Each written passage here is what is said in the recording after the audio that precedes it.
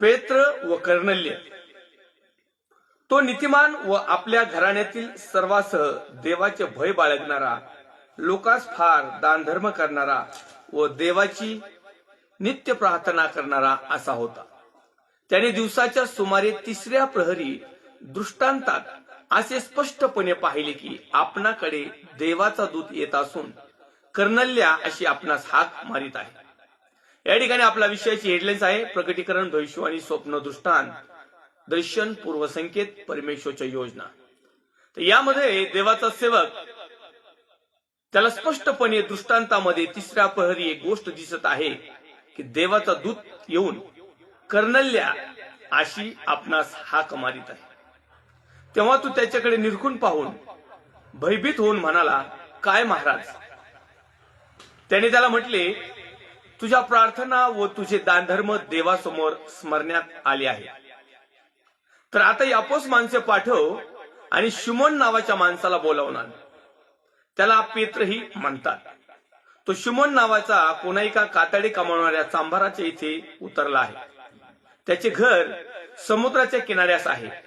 जो देवदूत त्याच्याबरोबर बोलत होता तो निघून गेल्यानंतर त्याने आपल्या घरच्या 2 चाकरांना व आपल्या हुजरातील एका धार्मिक शिपायाला बोलवले आणि त्यांच्याजवळ सर्व सविस्तर सांगून त्यांना यापोस पाठवले. ते दुसऱ्या दिवशी वाटेवर असता गावाजवळ येत आहे तो 2 प्रहराच्या सुमारास पेत्र प्रार्थना कराव्यास धाब्यावर गेला. तेव्हा त्याला भूक लागून काही खावेसे वाटले आणि जेवणाची तयारी होत आहे इतक्यात त्याचे देहभान सुटले. तेव्हा आकाश उघडलेले व मोठ्या चांदव्यासारखे 4 कोपरे धरून सोडलेले एक पात्र पृथ्वीवर उतरत आहे असा दृष्टांत त्याला झाला.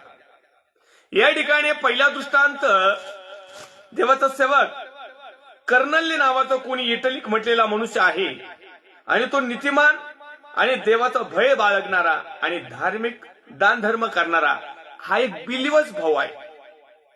दुसरा दृष्टांत देवाचं अभिषेक, ज्याला मॅन ऑफ गॉड म्हटलं जातं, ज्याला कृपापूर्ण म्हटलं जातं, ज्याला पवित्र आत्म्याने मंडित असा म्हटला जातो किंवा ज्याच्याकडून ज्या चर्च मधून अनेक चिन्ह चमत्कार घडतात असा देवाचाही याजक.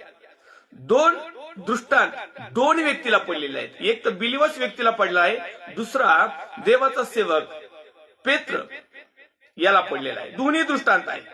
आता या दृष्टांतामध्ये 11व्या क्रमांकाच्या वचनामध्ये लिहिलेलं आहे, तेव्हा आकाश उघडलेले व मोठ्या चांदव्यासारखे 4 कोपरे धरून सोडलेले एक पात्र पृथ्वीवर उतरत आहे असा दृष्टांत त्याला झाला. पहिल्या दृष्टांतामध्ये देवाच्या सेवकाला बिलिव्हर्स भावाला दृष्टांत होत आहे. दिवसाच्या सुमारे 3ऱ्या प्रहरी दृष्टांतात त्याने पाहिले की आपणाकडे देवाचा दूत येत असून कर्णल्या अशी आपणास हाक मारित आहे. तेव्हा तो त्याच्याकडे पाहून निरखून भयभीत होऊन म्हणाला, काय महाराज? तेव्हा त्याने म्हटले की तुझ्या प्रार्थना व तुझे दानधर्म देवासमोर स्मरण्यात आले आहे. एकाला देवदूताकडून दृष्टांत झालेला आहे आणि त्याला म्हणत आहे की तुझं दानधर्म, तुझ्या प्रार्थना परमेश्वरने स्मरण म्हणजे आठवण केलेली आहे. या ठिकाणी दुसरा सेवक आहे, शिष्य आहे, तो त्याचं नाव पेत्र आहे. त्या पेत्र देखील दुसऱ्या दिवशी वाटेवर असता 2 प्रहरच्या सुमारास पेत्र प्रार्थना कराव्यास गेला. पहिला बिलिव्हर्स भाऊ प्रार्थना करत होय, दुसरा देवाचा शिष्य प्रार्थना करत आहे. पण प्रार्थना करत असताना जो शिष्य आहे त्याला या ठिकाणी भूक लागलेली आहे, जेवण. या ठिकाणी 2 ट्युनिंग आहेत, 2 अर्थ आहेत त्याचे. पहिला तो प्रार्थना केली, त्याचा कुठल्याही प्रकारचं त्याला काही लवलेश नव्हता. तो फक्त देवाला भिवून वागून सातत्याने दानधर्म करून नीतिमत्वाचे जीवन जगून परमेश्वराला आवडणाऱ्या गोष्टी करत होता आणि म्हणून देवाने त्याला दृष्टांत दिला आणि दृष्टांतात त्याला काही गोष्टी सांगितल्या. त्याच प्रकारे या ठिकाणी देवाचा अभिषिक्त सेवक पेत्र त्या ठिकाणी प्रार्थना करत आहे धाब्यावर आणि त्याच टायमिंगला त्याला नेमकं भूक लागत आहे. आता 2 प्रकारच्या भूक आहेत. एक जैगिक भूक, ज्यासाठी आम्ही दररोज काबाड कष्ट करतो, जे जैगिक अन्न मिळवतो आणि आपल्या शरीराला पोषक असं तयार ठेवतो, ताजतवाना ठेवतो. त्यासाठी आमच्या कुटुंब प्रमुख कशा प्रकारे काबाड कष्ट करतात, कशा प्रकारे घाम घालतात, कशा प्रकारे ते पोटाला चिमटा घेतात, कशा प्रकारे स्वतःचं जीवन धोक्यात घालतात, कशा प्रकारे स्वतःला तिथं कमी लेखून आपल्या कुटुंबासाठी हे धनधान्य घेऊन येतात, किंवा जे काही जैगिक भोजन आहे किंवा जे काही भूक लागल्यानंतर जैगिक भूक मिटवण्यासाठी जे काही जगातले पदार्थ तुमच्या आणि माझ्या सेवनासाठी पौष्टिक म्हणून दिलेले आहेत ते मिळवण्यासाठी ज्या प्रकारे कामकाज करतात, अशाच प्रकारे दुसरा एक आहे ज्याला द मॅन ऑफ गॉड म्हटलं गेलेला आहे, तो देखील त्याच्या प्रिय लोकांना, ज्यांच्यावर त्याची जबाबदारी आहे, त्या लोकांना आत्मिक अन्न मिळवण्यासाठी तो रात्रंदिवस धावपळ करीत असतो. आध्यात्मिक अन्न, आत्मिक अन्न यामध्ये आणि शारीरिक आणि जैगिक अन्न यामध्ये फरक आहे. शारीरिक अन्न मिळवण्यासाठी जसं स्वतःला काबाड कष्टात झोकून द्यावं लागतं, तन मन धन आणि सगळ्या प्रकारच्या वासना व्यकार जे काही स्वतःचं जे काही कैलीकुशली सगळं बाजूला टाकून देऊन दुसऱ्यांसाठी ते मिळवावं लागतं. या ठिकाणी सेम पोझिशन आहे. जो बिलिव्हर्स आहे, जो विश्वासणारा आहे, जो देवाचा सेवक आहे, जो याजक आहे, परमेश्वराची योजना त्याविषयी हीच आहे की त्याने सेवा करीत असताना आत्मिक लेकरांसाठी आध्यात्मिक अन्न मिळवण्यासाठी देखील त्याला सातत्याने आध्यात्मिक क्षेत्रामध्ये बऱ्याच गोष्टीला, स्वतःच्या बऱ्याचशा हौशीमौशीला, स्वतःच्या सगळ्या गोष्टीला बाजूला ठेवावं लागतं आणि त्याचं टार्गेट असतं फक्त देवाच्या नावाचा महिमा आणि गौरव. मला तुम्हाला सांगायला आवडेल, जे देवाच्या नावाचा गौरव करणारा जे आडवे येते ना त्यांना आडवं करा, कारण ते जवळ असून त्यांचा काही एक उपयोग नाही. शेवटी त्यांना कितीही जोपासण्याचा प्रयत्न केला, कितीही सांगण्याचा प्रयत्न केला, परंतु जर त्यांची राखीव जागा जर नरकातच जर निवडलेली असेल तर त्याला पाळक आणि जगातला बापही काही करू शकत नाही. आणि कर्तव्य करण्याच्या देखील काही सीमा असतात. त्या कर्तव्य त्याच्या पुढे कुणीही करत नाही. जसं एखादी गोष्ट प्रेमाने जर केली तर कितीही त्रास झाला, कितीही प्रॉब्लेम आला तरी त्याला कुठल्याही प्रकारचा संकोच नसतो. पण तीच गोष्ट जबरदस्तीने केली तर त्याला मराठी भाषेत बलात्कार म्हणतात. त्याला काय म्हणतात? बलात्कार. आणि बलात्कार करणारा जो आहे तो दोषी आहे आणि त्याला शासन देखील दंड देतं आणि देवाच्या राज्यात 100% दंड असणार. कारण तो म्हणतो जो कोणी माझ्या धार्मिक, आत्मिक, आध्यात्मिक, जैगिक नाही तर स्वर्गीय गोष्टीला आडवा येतो त्याला देव एक दिवस आडवा केल्याशिवाय सोडणार नाही. ही एक सत्य परिस्थिती आहे. कृपया याची नोंद घ्यावी, कारण वारंवार संधी मिळत नाही.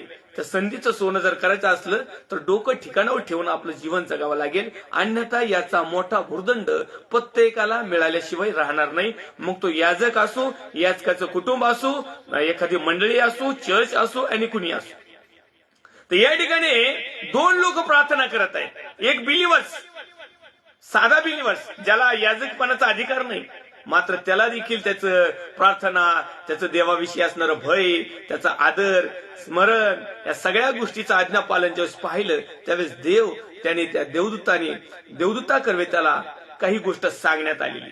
कारण आपण 3ऱ्या वचनात जर पाहिलं तर त्या ठिकाणी लिहिलेलं आहे, त्याने दिवसाच्या सुमारे 3ऱ्या प्रहरी दृष्टांतात असे स्पष्टपणे पाहिले की आपणाकडे देवाचा दूत येत असून कर्णल्या अशी आपणास हाक मारित आहे. आज आम्हाला आमचे मित्र हाका मारतात, आज आम्हाला जगातल्या सगळ्या गोष्टी हाका मारतात. आज आम्हाला देवदूताचा आवाज कधी येत नाही, वचनाचा आवाज कधी येत नाही, परमेश्वराचा आवाज कधी येत नाही, स्वर्गीय दृष्टांत कधी येत नाही, परमेश्वरच्या योजना कधी आम्हाला समजत नाही. आम्हाला जे दृष्टांत मिळतात ते केवळ आमच्या खेलीकुशीलीच असतात. आमचा एन्जॉय करायचा, बापाच्या जीवावर उड्या मारायच्या. बाप तिकडं मसनात जरी गेला एखाद्या महिन्यात, वर्षात, काय 4 महिन्यात, त्याच्याशी काही घेणं देणं नाही. तेवढ्या पुरतं 40 दिवस 4 दिवस रडायचं, 10-12 दिवस रडायचं आणि पुन्हा एक वार. ही जगाची रीत आहे. आणि म्हणून या ठिकाणी दृष्टांत, परमेश्वरची योजना समजून घ्या, कारण वेळ थोडका राहिलेला आहे, टाइम थोडा राहिलेला आहे आणि कुणाचं कधी काय होईल याची गॅरंटी वॉरंटी नाही, कारण प्रत्येकाला प्रत्येकाचं पडलेलं आहे. म्हणून मी आत्मिक जर आहे तर मला आध्यात्मिक क्षेत्रातच वाढायचं आहे. आणि आध्यात्मिक क्षेत्रामध्ये वाढत असताना माझ्या कुटुंबातले येऊ न तर मंडळीतले येऊ न तर जगातले येऊ न तर कुठले येऊ, त्यांना सरळ सरळ आडवं करा, नाही तर ते तुम्हाला आडवं करतील. नाही तर इतक्या दिवसाची तुमची पवित्रता, इतक्या दिवसाचं तुमची शुद्धता, इतक्या दिवसाचं प्रार्थना, इतक्या दिवसाचा संयम, इतक्या दिवसाचं तुमचं चांगुलपण धुळीस मिळवायला वेळ राहणार नाही. तर या ठिकाणी 11व्या वचनामध्ये तो लिहितो की तेव्हा आकाश उघडलेले व मोठ्या चांदव्यासारखे 4 कोपरे धरून सोडलेले एक पात्र पृथ्वीवर उतरत आहे, असा दृष्टांत त्याला झाला. स्वर्गातून वरून एक पात्र उतरत आहे. आता त्या पात्रामध्ये काय काय आहे ते आपण पाहणार आहोत. त्यात पृथ्वीवरील सर्व चतुष्पाद, सरपटणारे जीव व आकाशातील पाखरे होती. त्या चांदव्यामध्ये, त्या चादरीमध्ये, त्या जाळ्यामध्ये काय काय होतं? त्या दृष्टांतामध्ये चतुष्पाद, सरपटणारे जीव व आकाशातील पाखरं होती. मग त्याने अशी वाणी ऐकली की पेत्रा उठ आणि मारून खा, मार त्यांना आणि खा त्यांना, मारून खा. मग या ठिकाणी पेत्र म्हणाला नको नको प्रभू, कारण निषिद्ध आणि अशुद्ध असे काही मी कधी खाल्ले नाही. आतापर्यंत निषिद्ध, अशुद्ध, वंघाळ असं मी काही खाल्लेलं नाही. मी आतापर्यंत आज्ञाच पालन करीत आलेलो आहे, मला हे जमणार नाही. मग दुसऱ्यांदा अशी वाणी झाली की देवाने जे शुद्ध केले आहे ते तू निषिद्ध मानू नको. देवाने जे शुद्ध केलेलं आहे ते वैयक्तिकरित्या तू निषिद्ध मानू नको. कारण बऱ्याच अंशी आम्ही अनेक गोष्टी स्वतःच्या बुद्धीने, स्वतःच्या सामर्थ्याने, स्वतःच्या कौशल्याने, स्वतःच्या ज्ञानाने बऱ्याचशा गोष्टीला आम्ही निषिद्ध मानतो. पण जर परमेश्वराने जर शुद्ध केला असेल तर आम्ही त्याला कितीही निषिद्ध म्हटलो तरी ते जमणार नाही. म्हणून बऱ्याच प्रकारे आम्ही ही गोष्ट महत्वाची समजून घेतलं पाहिजे. असे 3 वेळा झाले आणि लागलेच ते पात्र आकाशात वर घेतले गेले. तो जो देवाचा सेवक आहे पेत्र, त्याला जो दृष्टांत झालेला आहे, या दृष्टांतामध्ये 3 वेळेस अशी घटना घडली की ते जे पात्र आलेलं होतं त्याच्यामध्ये सरपटणारे चतुष्पाद आणि आकाशातली पाखरे हे एकखटी त्याच्यामध्ये आले आणि त्यांना सांगितलं उठ आणि हे मारून खा, कारण त्याला भूक लागलेली. आम्ही सुरुवातीला जर 10व्या वचनात जर पाहिलं तर तो या ठिकाणी लिहित आहे तेव्हा त्याला भूक लागून काही खावेसे वाटले आणि जेवणाची तयारी होत आहे इतक्यात त्याचे देहभान सुटले. जेवणाची तर तयारी झाली परंतु त्याचं देहभान सुटलं, देहावरला ताबा सुटला, जसं की आमचा कधी कधी सुटतो. या ठिकाणी तेव्हा आकाशातून उघडलेली एक मोठ्या चांदव्यासारखे 4 कोपरे धरून सोडलेली एक पृथ्वीवर पात्र उतरून आलं आणि असा त्याचा दृष्टांत झाला. आणि त्यात सर्व प्रकारचे सरपटणारे प्राणी होते, 4 पायाचे प्राणी होते आणि आकाशात उडणारे प्राणी देखील होते. आणि त्या ठिकाणी त्याला वाणी होती की उठ आणि हे मारून खा. मग तो देवाचा सेवक जो पेत्र म्हटलेला आहे तो म्हणत आहे की नको, कारण निषिद्ध आणि अशुद्ध असे काही मी कधी खाल्ले नाही. निषिद्ध जे चांगलं नाही आणि अशुद्ध जे पवित्र नाही असं मी काही एक खाल्लेलं नाही. या वचनाचा अर्थ, या दृष्टांताचा अर्थ, या 4 पायांचा अर्थ, या सरपटणाऱ्या याचा अर्थ आणि उडणाऱ्या पक्ष्यांचा अर्थ या ठिकाणी वेगळ्या प्रकारचा आहे. तो आज आपण चिंतन मनन अध्ययनाच्या द्वारे समजून घेण्याचा नेटाने प्रयत्न करणार आहोत. 17व्या क्रमांकाच्या वचनामध्ये लिहिले आपण पाहिलेल्या दृष्टांताचा अर्थ काय असावा याविषयी पेत्र विचारात पडला.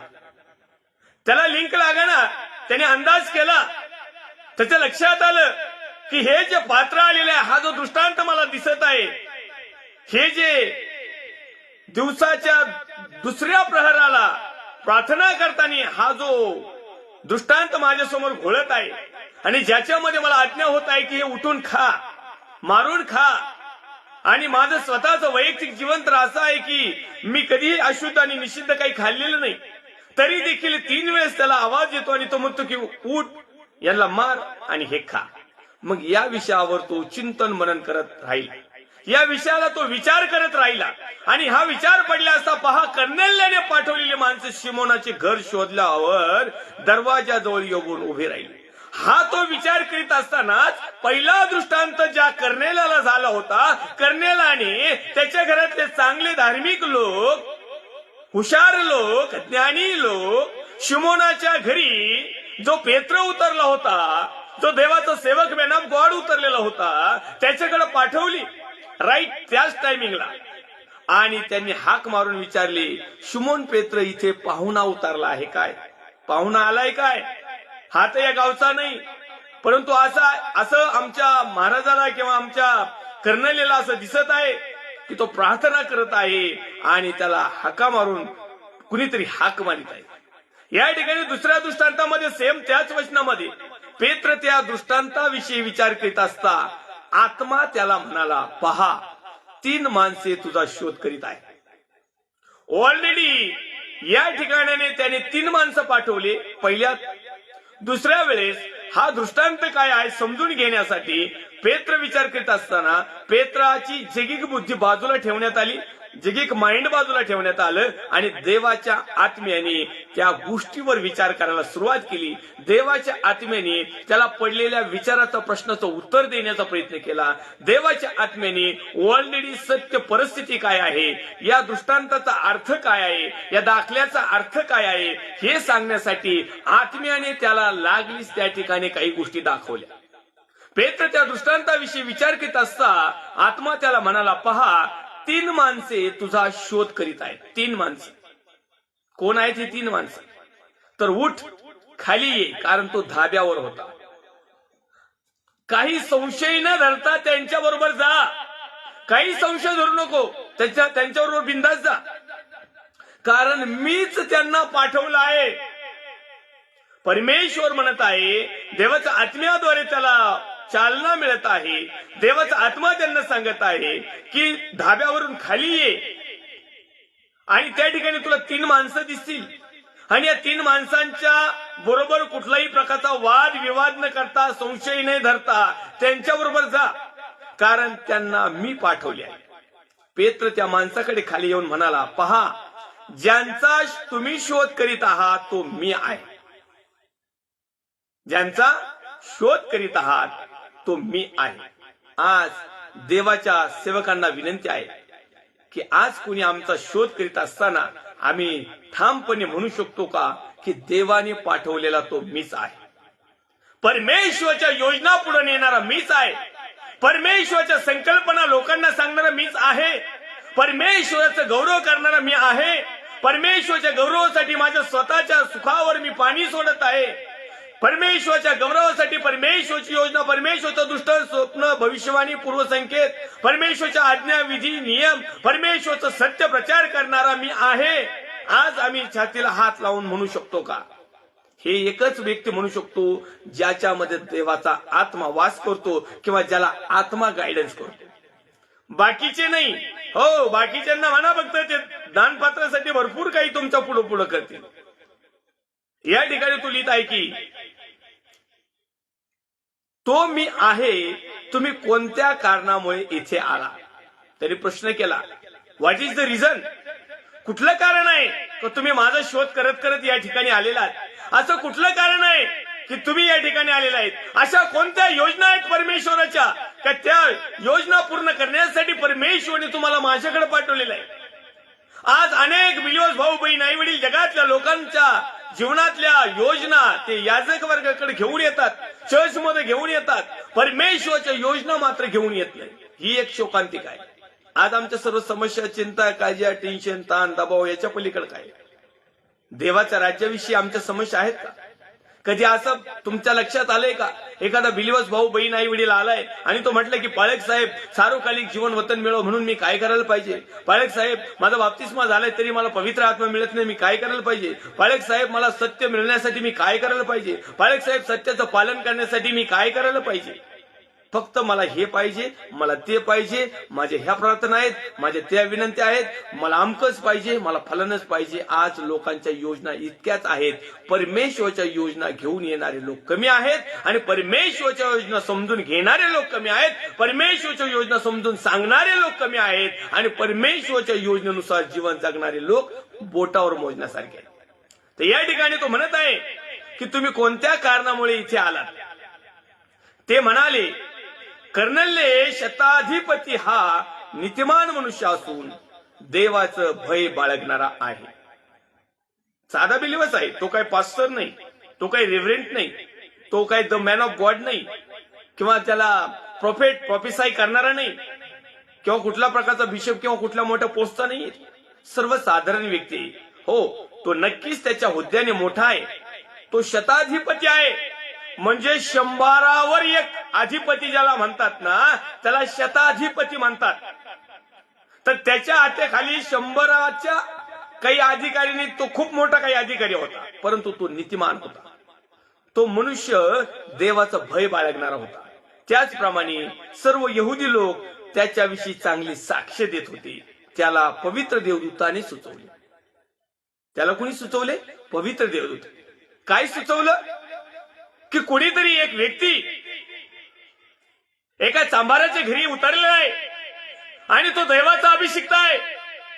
त्याला बोलावून आणा, कारण त्याच्याद्वारे परमेश्वराच्या योजना पूर्णतेस जाणार आहेत. कारण त्याच्याद्वारे परमेश्वराने जे पूर्व संकेत त्याच्या प्रिय सेवकाला तयार करण्यासाठी निर्माण केलेलं वातावरण, सिच्युएशन आहे, ते ठिकाणी ते पूर्णतेस जात आहे. कारण ज्याच्याविषयी मी खात्री केलेली आहे, ज्याला मी माझा सेवक निवडलेला आहे, ज्याला मी मोठ्या दुःखातून संकटातून घेऊन जाणार आहे, जो संपूर्ण राष्ट्रासाठी, संपूर्ण जगासाठी एक सुवार्तिक बनणार आहे, जो संपूर्ण जगाला फेऱ्या मारणार आहे, जो बिनधास्त न घाबरता फेस टू फेस मरण पुढे आलेला असताना देखील जो सुवार्ता सांगणार आहे, अशा सेवकाची मी निवड केलेली आहे. अशा सेवकाला मी भाचरण केलेलं आहे. अशा सेवकाला मी तयार केलेलं आहे. आणि अशा सेवकाला भयंकर अशा दुःखातून, संकटातून, समस्यातून, सगळ्या प्रकारच्या गोंधळातून जावं लागेल. परमेश्वराची योजना पूर्ण होती. आणि तो सेवक दुसरा तिसरा नसून आम्ही जर पाहिलं तर त्या ठिकाणी एक व्यक्ती आहे आणि त्याचं नाव आपण पुढच्या थोड्याशा वेळात मी तुम्हाला सांगणार. परमेश्वराची योजना होती एका मनुष्याला तयार करण्यासाठी, जो पापी होता, जो दुष्ट होता, ज्याने येरुशलेम मध्ये दान धर्म करणारे, भय बाळगणारे, प्रार्थना करणारे, विश्वास ठेवणारे, येशूच्या नावाचा गौरव करणारे जे सत्य लोक आहेत, यांना कुंठित धरलं होतं. ज्यांना तो बांधून आणत होता, ज्यांना तो डांबीत होता, ज्यांना तो दगडमार करीत होता, ज्यांना तो जीवे मारण्यापर्यंत बऱ्याचशा गोष्टी करत होता. परंतु देवाची योजना त्याच्याविषयी वेगळी होती. पण असे लाखात एक असतील, असे कुणी उठून नाही सेवा करेल, असे कुणी उठून बापाच्या पावलावर पाऊल नाही ठेवणार. आणि म्हणून माझ्या परमेश्वर पित्याची इच्छा काय आहे, माझ्या बापाची इच्छा काय आणि माझी इच्छा काय, ह्या 3 गोष्टीचा जर विचार केला तर मनुष्याचं जीवन जर त्यांनी वेळेत सुधारलं नाही तर तेच जीवन त्याला सार्वकालिक नरकात घेऊन गेल्याशिवाय राहणार नाही. आणि म्हणून आम्ही आमच्या जीवनातला प्रत्येक क्षण परमेश्वराच्या अधीन आणि स्वाधीन देणं खूप गरजेचं आहे. आम्हाला सगळ्या गोष्टीला वेळ मिळतो, प्रार्थनेला वेळ नाही, चिंतन म्हणून अध्ययनाला वेळ नाही, देवाचं वचन ऐकायला वेळ नाही, स्तुती स्तवन करायला वेळ नाही. आमचं दिवसभर आणि रात्रभर सगळे आमचे टार्गेट पूर्ण असतात. सगळ्या प्रकारच्या खेळीखुशाली आम्ही जगतो, सगळ्या प्रकारच्या ऐशाराम आम्ही करतो. मात्र देवाचा गौरव करण्यासाठी जर आम्ही उणे पडत आहोत, हाय असो तुम्हाला जर वेळी सुधारले नाही तर याचा दंड आणि परिणाम तुम्हाला मिळाल्याशिवाय राहणार नाही. आणि म्हणून माझे प्रिय भावांनो, हा दृष्टांत आपण समजून घेणार आहोत. या दृष्टांत दोन लोकांना दृष्टांत झालेला आहे. एक बिलीवर्स भावाला, जो कोणी याजक नाही, आणि दुसरा जो याजक आहे, जो मोठा प्रेस्तुबर आहे किंवा मोठा भविष्यवक्ता आहे, किंवा ज्याला द मॅन ऑफ गॉड म्हणता येईल, जो देवाचा शिष्य आहे, त्याला एक दृष्टांत घडलेला आहे. ह्या 2 लोकांचे दृष्टांत बरोबरीने चाललेले आहेत. ह्या 2 दृष्टांतातला भेद आणि हा 2 दृष्टांत कशासाठी पडलेला आहे याचं चिंतन मनन अध्ययन आपण या ठिकाणी करत आहोत. आणि म्हणून त्या ठिकाणी ते म्हणाले, जे 3 लोक जे होते त्यांनी एक साक्ष दिली. कर्नल्य शताधिपती हा नीतिमान मनुष्य आहे. एखादा बिलीवर्स भावाविषयी आम्ही म्हणतो का हा नीतिमान आहे? एखाद्या सेवकाविषयी आम्ही म्हणतो का नीतिमान आहे? तो देवाचं भय बाळगणार आहे, आम्ही असं म्हणतो का? किंबहुना वास्तविकरित्या असे लोक आहेत का? आणि बाकीचे जे यहुदी आहेत त्यांच्याविषयी चांगली साक्ष देतात. आमच्या गावामधून, आमच्या घरामधून, आमच्या मंडळीमधून, आमच्या शहरामधून आमची साक्ष चांगली आहे का? देवाविषयी, जगातलं नाही, जगातला आम्ही एखाद्याचं पुढे पुढे गेलं तर आम्हाला कुणी बाजीरावच म्हणतं. लोकांचा फायदा असल्यावर काय त्याला पवित्र देवदूताने सुचवली. आणि दुसरा एक मुद्दा आहे की तुम्हाला आणि मला पवित्र देवदूत किंवा पवित्र आत्मा किंवा पवित्र गायडन्स काही सुचवितो का? मोबाईल खेळायला 1-1.5 वाजेपर्यंत सुचल्या जातं, जिमला टाइम मिळतो, गिळायला टाइम मिळतो, जगातल्या बाकीच्या प्रोसेसला टाइम मिळतो. मग देवाच्या गौरवाला काही हात मोडत आहेत का तुमची? का नेमकं होतंय काय? तुम्हाला देवाचा गौरव करीत असताना तुम्हाला वेळेचं भान राहत नाही का? त्याच टायमिंगला तुम्हाला अडचणी काय येतात? सकाळी जाताना आमच्या हे ध्यानात येत नाही का की मला प्रार्थनेला यायचं आहे, त्या प्रार्थनेला येणाऱ्या अडखळ्यांना मी पहिले तोडून टाकेन, अन्यथा ते बाकीचे कामं नाही झाले तरी चालेल, 7 डबे राखेल त्या सगळ्या गोष्टीवर, पण मी देवाचं काम करेन.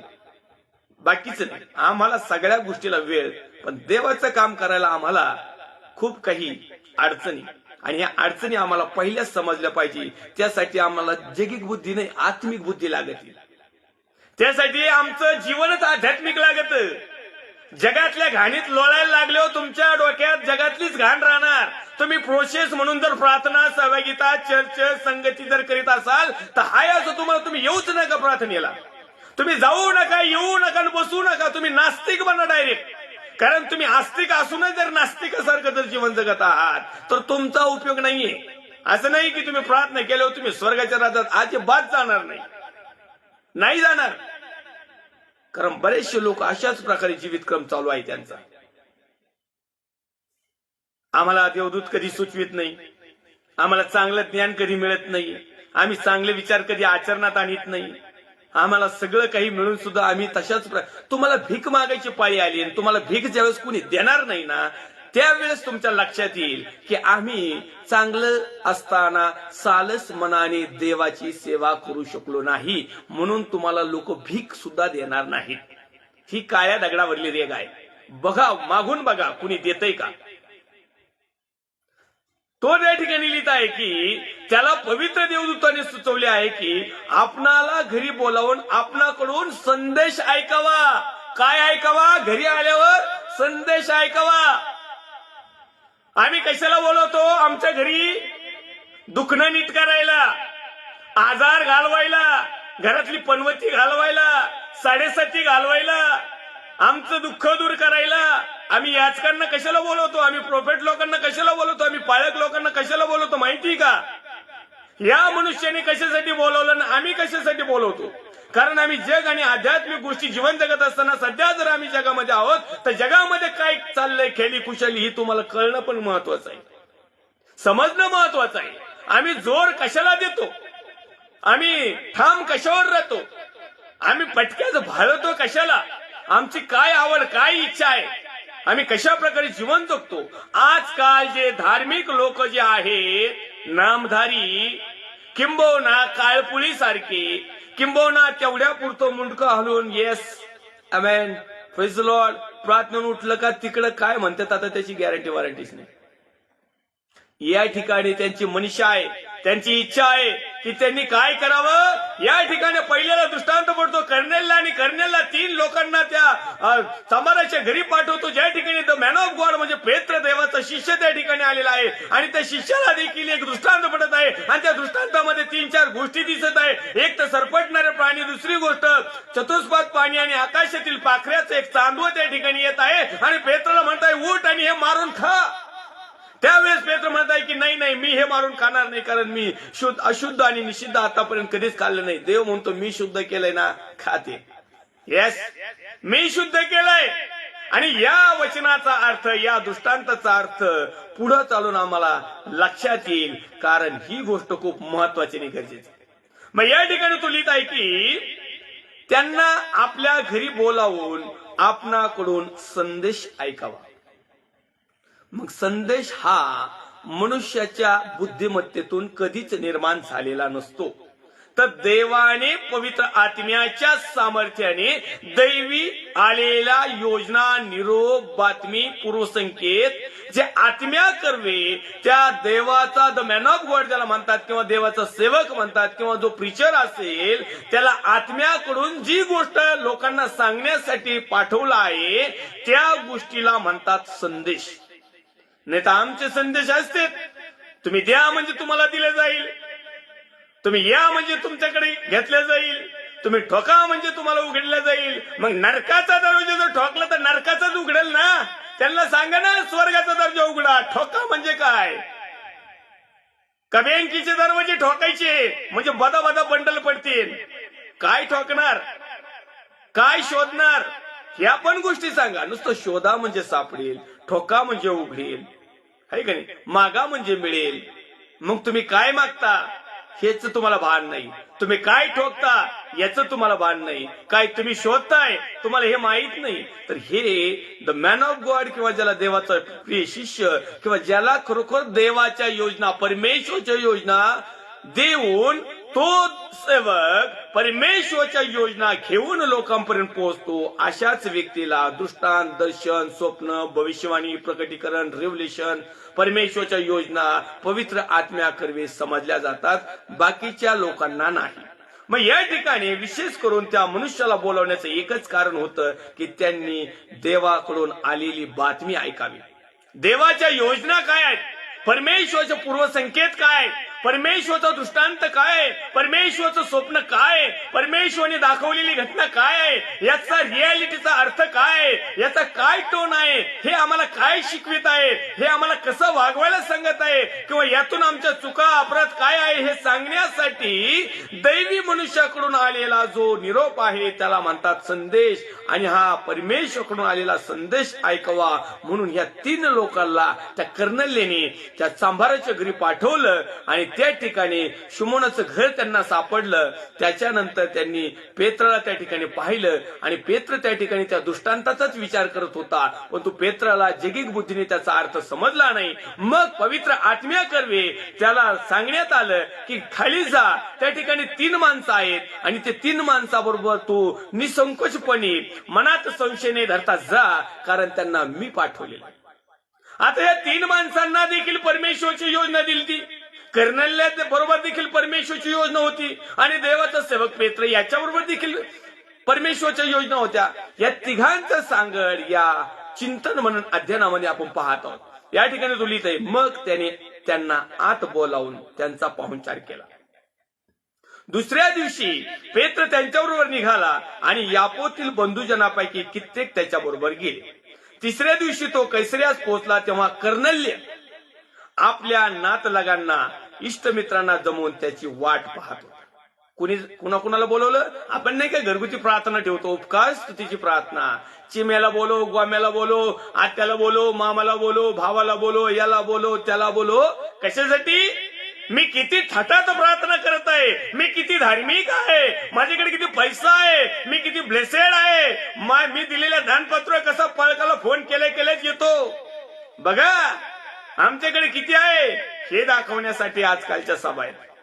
हे दाखवण्यासाठी आम्ही आमच्या नातेवाईकांना बोलतोय. सत्य परिस्थिती अनेकांना हे डोक्यात खटकल, पण हे रियालिटी आहे. त्यांनी प्रार्थना ठेवली होती ना, मग त्याची बिर्याणी संपली ना, मग मी जादा करीन. त्यांनी छोटी सिस्टीम लावली होती, मी मोठी लावीन. त्यांनी छोटा पाळक बोलावला होता, मी मोठा बोलवीन. आज ही चढाओढ लागलेली, परंतु देवापासून येणारा निरोप, देवाच्या योजना ऐकण्यास, सांगण्यास आणि पाळण्यास अनेक लोक चुकत आहेत. ह्या 3 गोष्टी करण्यासाठी बोटावर मोजणारे बिलिव्हर्स भाऊ बहिणी, आई, वडील, देवाचे सेवक ज्याला शिष्य म्हटले गेले, एवढेच याला आहेत. बाकीचे सगळे याच्यासाठी आहेत, बाकीचे सगळे दिखाऊपणासाठी आहेत, बाकीचे सगळे स्वार्थी आहेत, बाकीचे सगळे स्वतःच सगळं बघतात. दुसऱ्याला आमच्यापासून काही त्रास होतोय का त्यांना त्याच्याशी काही घेणं देणं नसतं. आपलं भागलं म्हणजे भास झालं. पेत्र आत जात असता कर्नेलने त्याला सामोरा गेला आणि त्याने त्याच्या पाया पडून त्याला नमन केले. पण पेत्र त्याला उठून म्हणाला, उभे राहा, मीही मनुष्यच आहे. आजकाल पालक लोकांच्या लय लोक पाया पडत आहेत, विशेष करून फादर लोकांच्या. नाही, मला त्यांच्यावर टीका नाही करायची, पण तू वस्तुस्थिती. कारण देवाचा निर्गमच्या पुस्तकामध्ये 10 आज्ञा जर पाहिल्या तर एकाच देवाला भज, म्हणून मूर्तीपूजा करू नकोस, किंवा त्याला नमन करू नकोस, किंवा त्याच्या पाया पडू नकोस, किंवा त्याची वाहवा करू नकोस परमेश्वरापेक्षा जास्त. तर आजकाल परमेश्वरापेक्षा जे ज्याला पापा भक्त जे आहेत ना, पापा भक्त, यांच्या पाया पडले जात काय, यांचे असं मुका घेतला जातो काय, यांच्या पुढे दंडवत घातल्या जातात काय, यांचे पाय धुतल्या जातात काय, यांना टिळे लावल्या जातात, यांच्या गळ्याने माळा घातल्या जातात, यांना रथात बसून फिरवल्या जातं, मिरवणूक होती. मी तुम्हाला बरेचसे फोटोग्राफी दाखवील. मग हे त्या देवाच्या सेवकाला समजलं पाहिजे का मी एक कोण आहे, मनुष्यच आहे. म्हणून याजक लोकांना लय हवेत उडू नका. तुम्ही असताना मॅन ऑफ गॉड, आणि तुम्ही असताना प्रॉफेट आणि प्रॉफिसाई करणारे, आणि तुम्ही लय लोकांना जर नीट करीत असले ना, तर तुमच्याकडे ते काही नाही, देवाच्या नावाने होतंय. म्हणून तुम्ही प्रत्येक जण हवेत उडू नका. आजकाल प्रॉफेट, प्रॉफेसाई किंवा पाळकी सेवा करणारे लय हवेत आहेत, स्वतःला काहीतरी वेगळंच समजत आहेत. आणि म्हणून सावधान राहा. तुम्ही पण बिलिवस भाऊ जशी आहेत ना, तुम्ही बिलिवस भाऊच आहेत, तुम्ही पण माणसंच येत. माणसासारखे वागा, जनावरांसारखे वागू नका. कारण आजकाल या माणसांची अपॉइंटमेंट घेण्याची ज्यावेळेस वेळ येते ना, त्यावेळेस प्रश्न पडतो. एका सेवकाला दुसऱ्या सेवकाला जर भेटायचं असेल तर अपॉइंटमेंट घ्यावी लागती. तो इतका मोठा असतो. अहो, प्रभू येशू ख्रिस्ताची कधी अपॉइंटमेंट घ्यायची आम्हाला कुठं उदाहरण भेटलं नाही. त्यांनी कुठं बॉडीगार्ड वापरली नाही.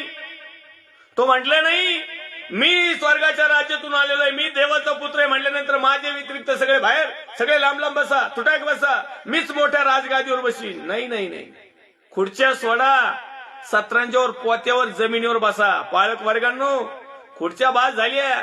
आता खुर्च्यावर बसायचे तुमचे दुसरे कारण आहे. आतापर्यंत आयतं माहिती गिळून ढेऱ्या झाल्या, मोठाल्या लागल्या फुटायला, तुमच्या कमराला बसायला व्हायला लागली तकलीफ. बसा ना खाली. माणसाचे आहेत ना, बाकीचे बिलिवस लोक माणसाचे, ते खालीच बसतात ना. जर आदराने दिली खुर्ची तर बसा. पण मी तर बिलिवस लोकांना सांगेन, तुमच्या घरातल्या खुर्चीचे पाय तुकडे करा, त्याचं एक एक क्रॅक करा, एक एक पायच कमी करून टाका. कारण त्याशिवाय हे जमिनीवर येणार नाही. त्याशिवाय यांना समजणार नाही की मी एक मनुष्य आहे. म्हणून माझ्यामध्ये देखील मनुष्यपणाच्या गोष्टी आहेत. या ठिकाणी तो देवाचा सेवक पेत्र, the man of God, right hand, येशू ख्रिस्ताचा राईट हँड म्हणलं तरी चालेल. तो म्हणतोय बाबा पाया नको पडूय, बाबा काय झालंय काय तुला, पाया नको पडू, मी तुझ्यासारखं एक मनुष्य, उठ उठ उठ उठ उठ. आम्ही तर लोळून घेतो तर आम्हाला लय भारी वाटतं. अरे आमच्या पाया पडली, अरे आमच्या पाया पडली, अरे आमचा लय आदर सत्कार केला. अरे कोण आहे तुम्ही आदर सत्कार करणारी? कोण येत? तुम्ही तर त्या बिलिवस लोकांपेक्षा गैर गुजरी येतात. कारण त्यांच्या भिकावर तुम्ही जगतात. ही जी गोष्ट आहे, ही कडक शब्दाची वॉर्निंग आहे, ती यासाठी आहे की तुम्हाला दिलेल्या दानपात्राचा योग्य उपयोग होत नाही. तुम्ही कधी मंडळीला हिशोब देत नाही. तुम्ही कधी बिलिवस लोकांना सांगत नाही की आपल्या चर्चचं दानपात्र एवढं झालंय, इतकं इतकं याच्यासाठी खर्च केले. तुम्ही सांगा बरं एकदा, मग बघा, मग तुम्हाला समजन माणुसकी काय असते. तुम्ही त्याचा हिशोब देणं नाही, घेणं नाही. कुणी विचारलं तर त्याला लगेच मंडळीतून गेट आउट. तू काय माझा बाप आहेस का विचारायला? मला माझा प्रभू येशू विचारित नाही, मला माझं कुणीच विचारित नाही. मी होल अँड सोल पॉवर, मी इंडिपेंडन्स, मी स्वतंत्र सेवा करतो, माझ्यावर कुणी बोश नाही, मीच सर्व काही. आणि घ्या लुटा लोकांना, परंतु देव प्रभू येशू एक दिवस त्याचा हिशोब घेणार आहे. तर या ठिकाणी काय झालेलं आहे की पेत्र आज जात असता कर्नेलने त्याला सामोरं गेला आणि त्याने त्याच्या पाया पडून त्याला नमन केलं. पाया पडणारा व्यक्ती काही साधा नव्हता. कारण पाया पडणाऱ्या व्यक्तीलाच परमेश्वराने दृष्टांत दिला होता, तो काही कमी नव्हता. अहो बिलिवस भाऊ बहिणी आई वडील काही कमी नाहीत. याजक लोक तुमच्यापेक्षा कितीतरी पवित्र आणि शुद्ध आहेत. हे सध्याचे खोटे प्रॉफिट तुम्ही तर त्यांच्या नखाची सुद्धा धूळ नाही. पेत्र आत जात असता कर्नेलने त्याला सामोरा गेला. कोणता कर्नेल्य? ज्याची प्रार्थना ऐकण्यात आली. कोणता कर्नेल्य? ज्याला देवाचा दूत येऊन म्हणत आहे की कर्नेल्या तुझ्या प्रार्थना व तुझे दान धर्म देवासमोर स्मरण्यात आलेले आहेत. देवदूताला पाठवलं त्याला सांगायला, आम्हाला आहे तर भुताड सांगायला. हो, एक नंबर पाळक, हे भुताडच म्हणायची. पेत्र आज जात असता कर्नेल त्याला सामोरं गेला आणि त्याने त्याच्या पाया पडून त्याला नमन केले. पण पेत्र त्याला उठून म्हणाला, उभे राहा, मीही मनुष्यच आहे. या वस्तुस्थिती परमेश्वरची योजना आहे की तुम्ही आणि मी सर्व सारखे आहोत. आमच्यात भेदभाव नाही, आमच्यात उंच नीच नाहीये, आमच्यात छोटा मोठा नाहीये. आम्ही जर सगळेजण प्रभू येशूचं नाव स्मरण करत आहोत किंवा विश्वास ठेवत आहोत किंवा कृती आचरण करत आहोत तर परमेश्वरला आम्ही सगळे सारखेच आहेत. ठीक आहे, तुम्हाला शिकवणाऱ्या याजक साहेबांचा तुम्ही आदर करा, सन्मान करा, सत्कार करा, त्यात वावगं नाही.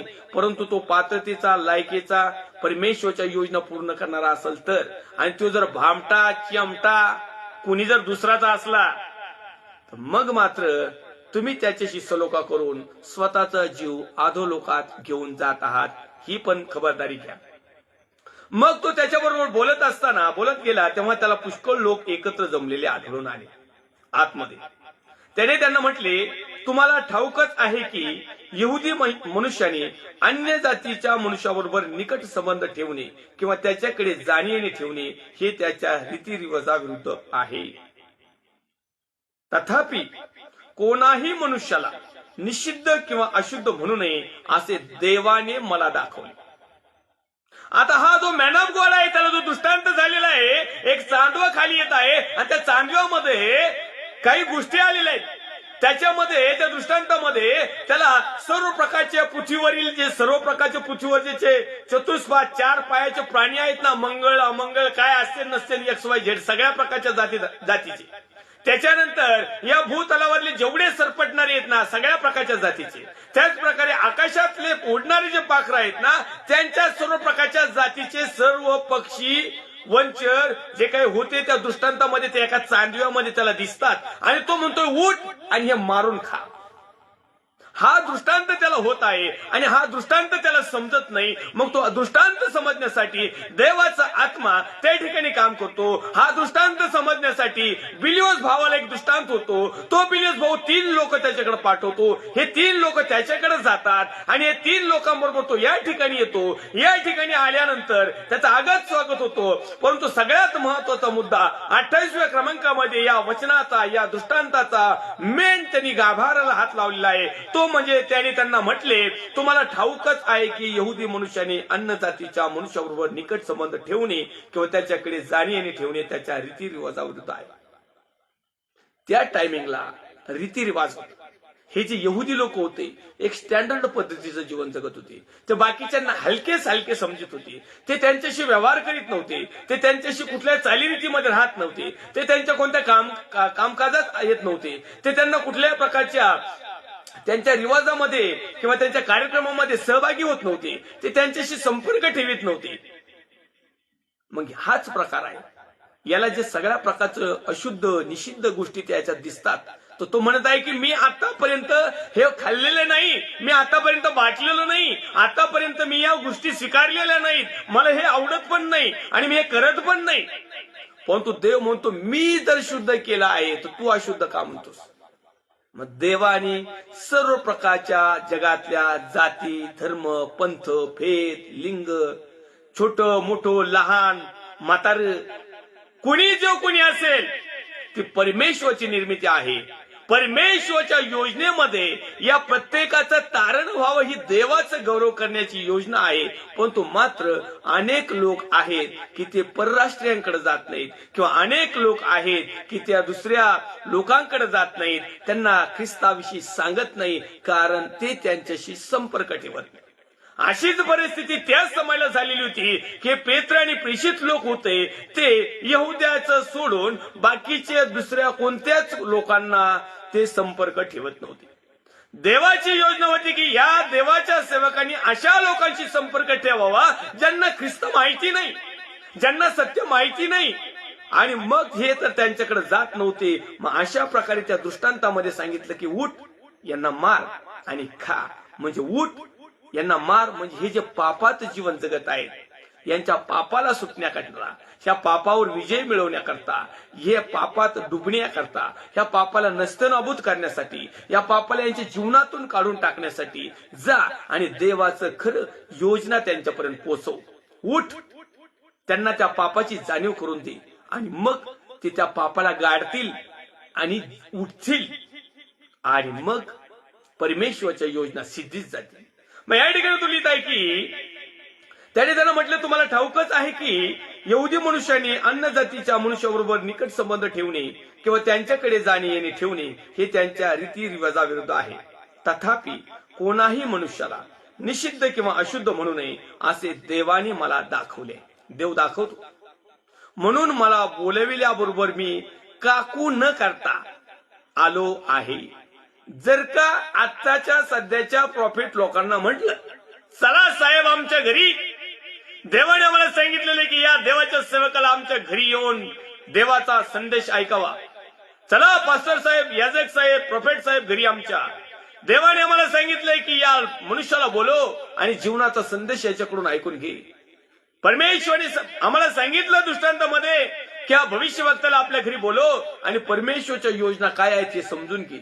जर का आमच्याकडे कोणी असा आला तर आम्ही पहिलं विचारणार, कुठल्या गावचे, कुठलं चर्च, किती मेंबर आहेत, किती लोक येतील, किती दानपत्र होईल, आमच्या जाण्या येण्याची सोय काय, 3 स्टार 5 स्टार 7 स्टार हॉटेल आहे का, आमची गाडी तिथे येईल का, स्टेज चांगला आहे का, मंडप चांगला आहे का, डेकोरेशन चांगलं आहे का, साऊंड सिस्टीम व्यवस्थित आहे का, पॉम्पलेट छापणार का, बॅनर लावणार का. पहिलं हे सगळं येणार, डायरेक्ट नाही उठून येणार. म्हणून तर परमेश्वरच्या योजना काय आहेत आणि आता आमच्या सध्याच्या योजना. आता बोटावर मोजणारे लोक, त्यांना आमंत्रण आल्यास ते जातात, त्यांना सल्यूट. पण बाकीचे जे भुरटे आहेत, भुरटे, ह्या सगळ्या गोष्टीची चेकिंग केल्याशिवाय हे मात्र तिथून हलत नाहीत. पेत्राला या ठिकाणी सांगितलं की निसंकोचपणे, संशय नाही धरता जे लोक तुला बोलवायला आले ना त्यांच्याबरोबर जा, कारण त्या ठिकाणी माझ्या योजना पूर्ण करायच्या.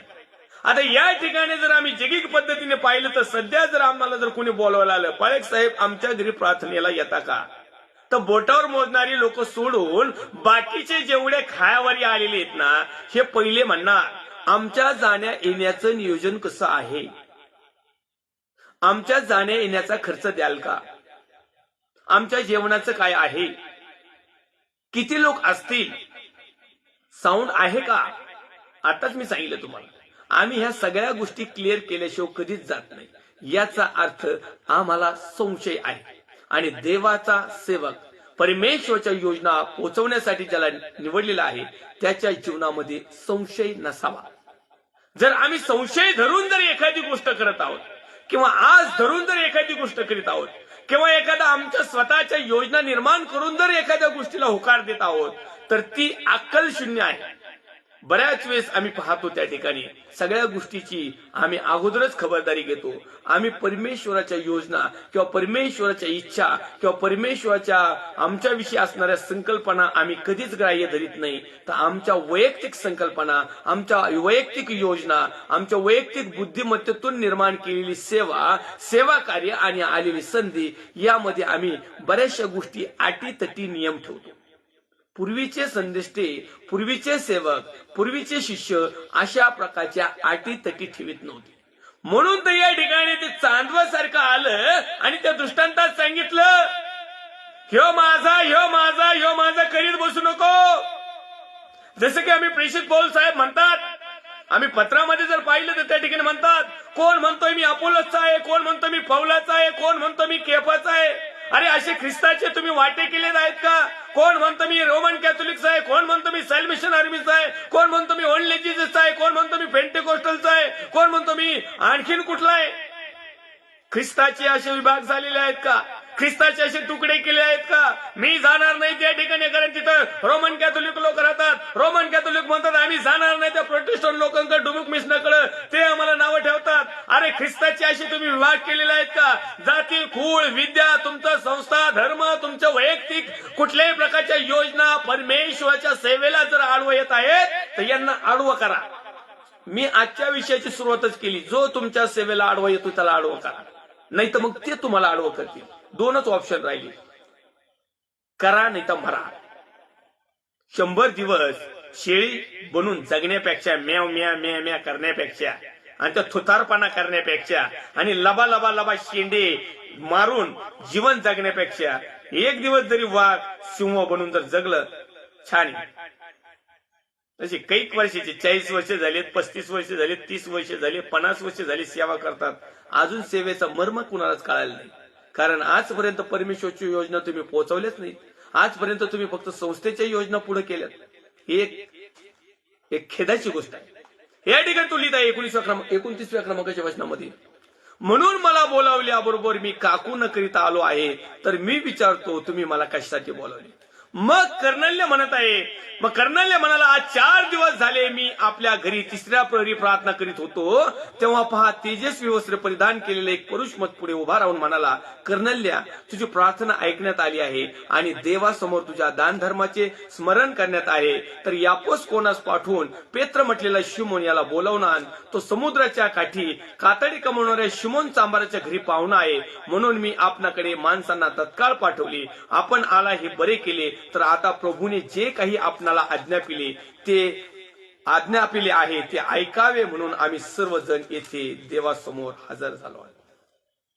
परमेश्वराची योजना ऐकण्यासाठी देवासमोर हजर व्हा.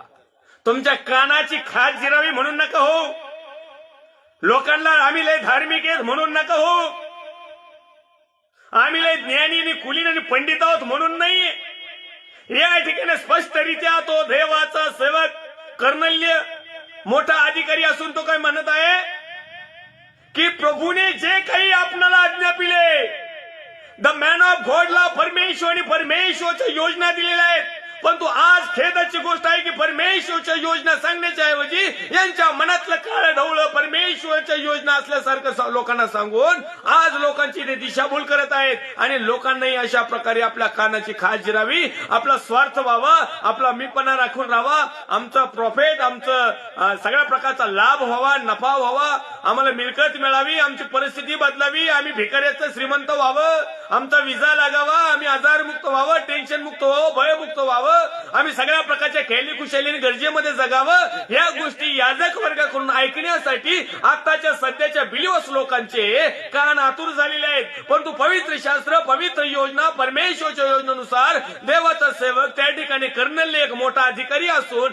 त्याने ओळखली की द मॅन ऑफ गॉड म्हटलेला पीटर पेत्र या ठिकाणी आलेला आहे आणि देवाच्या सेवा जे काही त्याला सांगितलेले परमेश्वरची योजना त्याच्यापर्यंत जे आहे, तो वधस्तंभ तो गाजवत आहे, तो पुनरुत्थानित ख्रिस्त गाजवत आहे, तो स्वर्गाच्या राज्याची सुवार्थ सांगत आहे, तो सत्य प्रचार करत आहे, जो ख्रिस्ताचा आवडता शिष्य आहे, ज्याच्याकडे पवित्र आत्मा आहे, मार्गदर्शन आहे आणि तो लोकांपर्यंत पोहोचवतो. ही योजना आम्हाला माहित नाही. आम्ही नीतिमान आहोत, धार्मिक आहोत, चर्चला जाणारे आहोत, दानपात्र देणारे आहोत, सगळ्या प्रकारचं दशमौन देणगी देणारे आहोत, गीतं गाणारे आहोत, वाजवणारे आहोत, परंतु देवाच्या योजना आम्हाला सांगणारं कुणी नाही. आज या जगामध्ये खेदाची गोष्ट आहे की केवळ 2% देवाचे सेवक योग्य ती परमेश्वराची गाईडलाईन सांगतात. मग ते ताडण असो, लोक त्याला निंदा म्हणू, लोक त्याला न्याय म्हणू, लोक त्याला काय म्हणायचे ते म्हणू, पण तू माझ्या प्रभूला माहिती आहे की परमेश्वरच्या योजनेनुसार आम्ही कुणाचा न्याय करत नाही, आम्ही कुणाला दंड देत नाही, आम्ही कुणाची निंदा करत नाही, आम्ही कुणाला बरं भलं करीत नाही. आम्ही फक्त देवाचं वचन स्पष्ट सांगतो. कटू आहे सत्य, कारल्यापेक्षा कडू, पण जर खाल्लं ना तर पोटच साफ. नीटच तुम्ही गोड किती खा, डायबिटीज झाल्याशिवाय राहणार नाही. आणि जर का डायबिटीज झाला तर बोट तोड, मनगट तोड, त्याच्यानंतर कोपर तोड, मग खवट्यापासून तोड, मग सगळा माणूसच तोड. पण जर कडू खाल्लं ना एकदम पचत. खायला जरा तकलीफ होती पण योग्य येते. याच्या पाठीमागचा एकच उद्देश आहे की वारंवार तुम्हाला संधी मिळणार नाही. देवाच्या सेवकाचं अंत बघू नका, देवाच्या योजनेचा अंत बघू नका, द मॅन ऑफ गॉड जे आहे त्यांचाही अंत बघू नका, जे सत्य सांगतात त्यांचाही अंत बघू नका, आणि मुलांनो आपल्या बापाचाही अंत बघू नका. बाप जर जन्माला घालतो ना तर त्याला काही फरक पडत नाही, मग तो मारायला सुद्धा भेणार नाही, तो गाडायला भेणार नाही, त्याला काही घेण्यात येणं नाही. एकदा का पाणी डोक्यावर गेलं तर माकड सुद्धा त्या पिल्लाला खाली ठेवित, त्याच्या बोकांडी उभा राहतं, पाण्याच्या बाहेर निघत, मग चान्स नाही. जोपर्यंत पाणी इथपर्यंत असतं ना तोपर्यंत ते कसं तरी छातीला लागून धरित त्या माकडाच्या पिल्लाला. पण पिल्लाने लय वळवळ केली आणि त्याच्या ओरिजिनल त्या माकडाच्याच नाकात पाणी जायला लागलं, माकड जर गुद मारायला लागलं तर माकड काय करतं, मग त्या पिल्लाला पायाखाली ठेवित, हाईट वाढवित, कंपाऊंडच्या बाहेर निघून येतं किंवा त्या पाण्याच्या बाहेर निघून येतं. मग मरत कोण माहिती का, पिल्लू. कारण त्या पिल्लाला पोहताही येत नाही, त्या पिल्लात तेवढा दमही नाही, कारण ते पिल्लू सर्वस्व त्याच्या आई बापावर अवलंबून असतं. आज आमचा आईबाप परमेश्वर आहे, त्याच्यावर अवलंबून राहा, लय त्याच्या पुढे जाऊ नका. मग तो देणारा पण आहे घेणारा पण आहे, सगळे अधिकार त्याच्याकडे, त्याच्यामुळे सावधान. या ठिकाणी आपला वेळ होत आलेला आहे, आपल्याकडे 2-3 मिनिटं बाकी आहेत, तर आपण छोटस वाचूया. तर यापोस कोणाला पाठवून पेत्र म्हटलेल्या शिमोन याला बोलून आण, तो समुद्राच्या काठी कातडी कमवणाऱ्या शिमोन चांबराच्या घरी पाहुणा आहे, म्हणून मी आपणाकडे माणसांना तत्काळ पाठवले, आपण आला हे बरे केले. तर आता प्रभूने जे काही आपणाला आज्ञा केली, आणि वाण मी त्या भविष्यवक्त्यांना देखील एक सावधानतेचा इशारा देतो, आणि जे याचकी काम करते, जे पाळकी काम करते, जे फादरचं काम करते, जे देवाच्या शिष्याचं काम करते, त्यांनाही एक इशारा देतो. I warn in the name of Jesus Christ, because I am the child of holy God. मी एक देवाचा, पवित्र देवाचा एक मुलगा आहे, आणि मुलगा या नात्याने मला जे सत्य माहिती पडलेलं आहे, या सत्याच्या माध्यमातून मी एक गाईडलाईन्स किंवा एक सावधानतेचा इशारा किंवा एक तुम्हाला सुधारण्याची एक संधी या वचनाच्या माध्यमातून देत आहे. कृपया तुम्हाला प्रार्थनेला आमंत्रण आल्यानंतर, कृपया तुम्हाला टीचिंगचं आमंत्रण आल्यानंतर, कृपया तुम्हाला संदेशाची संधी मिळाल्यानंतर, कृपया तुम्हाला सुवार्ता सांगण्याची संधी मिळाल्यानंतर, जे काही परमेश्वरचं आहे तेवढंच सांगा, मनाचे मंगळवार करू नका. खायासाठी, धनपत्रासाठी, काही लाभासाठी, काही एकाचं 2 करू नका, अन्यथा याचा दंड तुम्हाला द्यावा लागेल. या ठिकाणी तू लिहितंय, तर आता प्रभूने जे काही आपल्याला आज्ञा केली आम्ही ते ऐकावे, म्हणून आम्ही सर्वजण इथे जमलेलो आहोत. काय लिहिलंय, व्यवस्थित ऐका. तर आता प्रभूने जे काही आपणाला आज्ञा पिलं, म्हणजे कुणाला, द मॅन ऑफ गॉडला जी काही आज्ञा दिली ती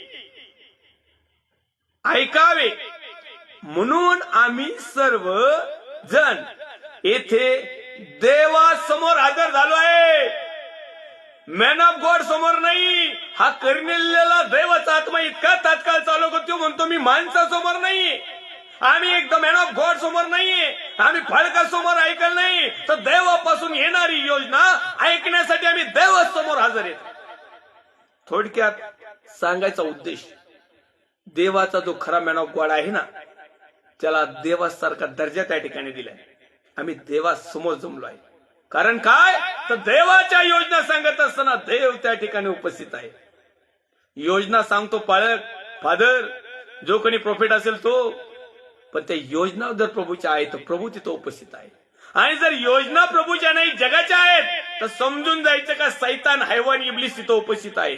मग तुम्ही हैवान इब्लिसासारखं जर वागत असाल तर तुमच्यासाठी हैवान इब्लिस, तुम्ही जर देवाच्या कृपेमध्ये वाढत असाल तर तुमच्यासाठी दैवी योजना तिथं आहे. म्हणून परमेश्वरच्या योजना, परमेश्वरचे पूर्वसंकेत, परमेश्वरचा दृष्टांत, दर्शन कशासाठी, बरेचसे दृष्टांत असे घडतात, भेटतात, दाखवतात की त्याचा अर्थ शब्दशः तसा नसतो. आणि म्हणून या ठिकाणी आपण जो पाहिला तर त्या ठिकाणी काय लिहिलेलं आहे की एक पात्र येत आहे, आणि त्या पात्रामध्ये वेगवेगळ्या प्रकारचे पक्षी, वेगवेगळ्या प्रकारचे प्राणी आहेत जे पेत्राने कधी खाल्ले नव्हते. म्हणजे अनेक प्रकारच्या वेगवेगळ्या जाती, धर्म, पंथ, भेद, लिंग जे मानव आहेत ना, या प्रत्येक मानवापर्यंत देवाच्या योजना पोहोचव्या ही देवाची इच्छा आहे.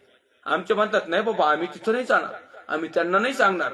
अरे मग कुणाला सांगता, घरचे तर काही तुम्हाला डिमांड देत नाहीत, घरचे तर तुम्हाला कचरा पिटी करतात, आणि देवाचं वचन पण सांगतं ना. कधी कधी आम्ही हे विसरतो, याजकपणाचं काम करत असताना कधी कधी याचकाला भुरळ पडती, पाळकाला भुरळ पडते.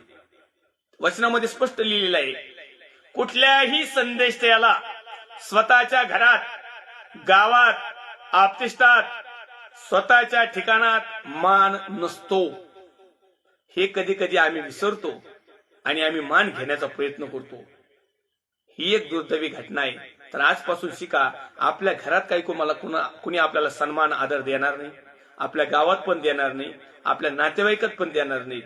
परंतु एक मात्र निश्चित आहे, देवाच्या सेवकांनो, आय सॅल्यूट. प्रभू येशूच्या राज्यात आम्हाला सगळ्यात मोठा मान आहे. मग आमच्या घरातली आई, बाप, बायको, पोरगी, पोरग, शेजारी पाजारी, गावातले इकडचे तिकडचे मित्र यांनी नाही सन्मान दिला आणि तुमच्या सन्मानाला हापापले तरी कोण? जे जगिक काम करते त्यांना सन्मान ठीक आहे, आपल्याला काही घेणं देणं नाही. आपल्याला स्वर्गीय सन्मान हवाय, कारण मला स्वर्गातल्या योजना परमेश्वरच्या लोकांपर्यंत पोहोचवायचे. परमेश्वरच्या नावाला धन्यवाद देऊया. सन्मान, आदर, गौरव, महिमा त्याला देत. पुन्हा एक वेळा लाईव्ह सेशनला जोडणारे सर्व देवाचे अभिषिक्त सेवक सेविका, विश्वासणारे भाऊ बहीण आई वडील या प्रत्येकाचं मी पास्टर राजू हल्लाट अहमदनगरमधून मनापासून हार्दिक स्वागत करतो. येऊया वेळ झालेला आहे प्रार्थनेचा. या समालिक प्रार्थना विनंती करूया. आमचे एक बंधू आहेत, त्यांची एक प्रार्थना विनंती आहे. पप्पू साळवे इमामपूर गावातून त्यांचे मामा बाबासाहेब शिरसाट हे आयसीयू मध्ये आहेत आणि त्यांच्या ऑपरेशन झालेलं आहे, परंतु आजही त्यांचं डॉक्टरच्या सल्ल्यानुसार आजही ते सुव्यवस्थित नाही. परंतु आपण प्रार्थना करूया त्या भावासाठी की प्रभू येशूने त्यांना लागलीच आरोग्य द्यावं, म्हणून प्रार्थना करूया. पवित्र थोरसेना दिसते बापा, जशा तसे तुझ्या पवित्र हातामध्ये येत आहोत. प्रभू येशू ख्रिस्ताच्या प्रेमाने सामर्थ्यवानात आम्ही प्रार्थना विनंती करतो. प्रिय बापा, आमच्या भारत देशासाठी, भारत देशातील सर्व राज्य, विशेष करून माझा महाराष्ट्र राज्याचे मुख्यमंत्री माननीय उद्धवजी साहेब, त्यांचे सर्व सहकारी टीम, विरोधी पक्ष नेते माननीय देवेंद्र फडणवीस साहेब, त्यांचे सर्व सहकारी टीम, त्याचप्रमाणे सर्व पोलीस डिपार्टमेंट, डॉक्टर्स, नर्स, सेवाभावी संस्था, देवाचे अभिषिक्त सेवक सेविका, विश्वासणारे भाऊ बहीण आई वडील, सर्व मित्र आप्तेष्ट स्नेही, सर्व कुटुंबातले आणि जे काही पात्र उतरवलेले आहे आणि त्या प्रत्येक पात्रापर्यंत जाण्यासाठी, परमेश्वरच्या मिळण्यासाठी जे सेवक आज झटत आहे, तर प्रत्येक प्रिय अभिषिक्त सेवक, त्याचप्रमाणे भारत देशाच्या सरहदीचं संरक्षण करणारे मिलिटरी फोर्स जवान, कमांडोज, त्यांचे कुटुंबीय, सर्व शेतकरी, त्यांच्या प्रश्न समाजाच्या कुटुंबीय, त्याचप्रमाणे प्रिय विशू आम्ही आठवण ठेवतो बंधू शिरसाट जे आज या समाला ऍडमिट आहेत. वेशच्या नावात या समाला त्यांना आरोग्याचा हात दे आणि तुझ्या नावाचा महिमा आणि गौरव त्या कुटुंबातून केला जाऊ दे. त्याचप्रमाणे आमच्या प्रत्येकापैकी ज्या समस्या असतील, चिंता असतील, काळजी असतील, टेन्शन असेल, ताण असेल, दबाव असेल, आर्थिक हेळसांड असेल, कर्जबाजारीपणा असेल, विकार असेल, बंधन असतील, जोखडल असतील, शाप असतील, अज्ञान असेल, अमंगलपणा असेल, नामधारीपणा असेल, अविश्वासूपणा असेल, अतकृतज्ञता असेल, आज्ञाभंगता असेल, या सर्वांची प्रियपेक्षा आम्हाला क्षमा कर आणि या सर्व गोष्टी तुझ्या योजनेनुसार पाळाव्यात अशी सद्बुद्धी ज्ञान दे. आदर, गौरव, सन्मान, महिमा तुला देत. ख्रिस्त येशू जो होता, जो आहे, जो येणार आहे, त्या पवित्र प्रभू येशू ख्रिस्ताच्या प्रेमळा आणि सामर्थ्यवान नावात छोटीशी प्रार्थना मागतो. स्वर्गीय पिता त्वय. आमेन. प्रभू रक्त की जय, प्रभू रक्त की जय, प्रभू रक्ताचा जयकार असो. आमेन, आमेन, आमेन. Praise the Lord. Thank you. God bless you.